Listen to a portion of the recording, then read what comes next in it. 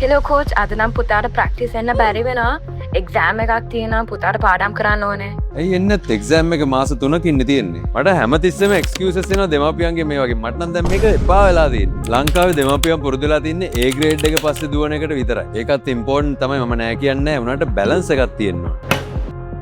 හැබැයි එකක් මතක තියාගන්න. රියල් වර්ල්ඩ් එකේ ඔයාගේ ළමයා කවදා හරි රස්සාවකට ගන්නකොට කවදාවත් grade 5 scholarship marks බලන්නේ නැහැ. එයාලා බලන්නේ ඒගොල්ලන්ගේ ability එක, failure එකක්, conflict එකක්, එහෙම නැත්නම් ලොකු competition එකක් handle කරන්න පුළුවන්ද කියලා. පැය 5ක් එක දිගට desk එකේ හිර වෙලා ඉන්න ළමයින්ට වඩා පැය 5ක් සෙල්ලම් කරලා ඇවිත් පාඩම් කරන ළමයෙක්ගේ මොලේ ඉතා වේගෙන් කරුණු ග්‍රහණයට ලක් කරගන්න. ඇත්තටම ඇයි ක්‍රීඩාව මෙච්චර වැදගත්? ඒක නිකම්ම නිකන් ඇඟ වේසන දෙයක් නෙවෙයි. books වලින් කවදාවත් ඉගෙන ගන්න බැරි දේවල් ක්‍රීඩාවෙන් ඔයගලන්ට උගන්වනවා. අද කාලේ ගොඩක් අය රස්සාවට ගියා පොඩි ප්‍රශ්නයක් ආපු ගමන් මානසිකව ඇද වැටෙනවා. මොකද එයාලා පොඩි කාලේ ඉඳන් ඉගෙනගෙන තියෙන්නේ විභාග දිනන්න විතරයි. එයාලා කවදාවත් පරදින්න ඉගෙනගෙන නැහැ. so parents වලට ගොඩක් important දෙයක් කියන්න තියෙන්නේ. ක්‍රීඩාව කියන්නේ පාඩම් වැඩවලට බාධාවක් නෙවෙයි.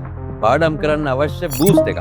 විභාග අස්සේ වුණත් දරුවා සතුටින් කරන්නේ අට උපතින්ම ගැලපෙන ක්‍රීඩාව විතරයි. අන්න ඒ නිවැරදි තේරීම කරන්න ස්පෝර්ට් අන්ලීෂ් ටෙස්ට් එක අපිට උදව් කරනවා. දරුවගේ DNA එකට හරියටම ගැලපෙන ක්‍රීඩාව මොකක්ද කියලා අදම මේ ටෙස්ට් එකෙන් දැනගන්න.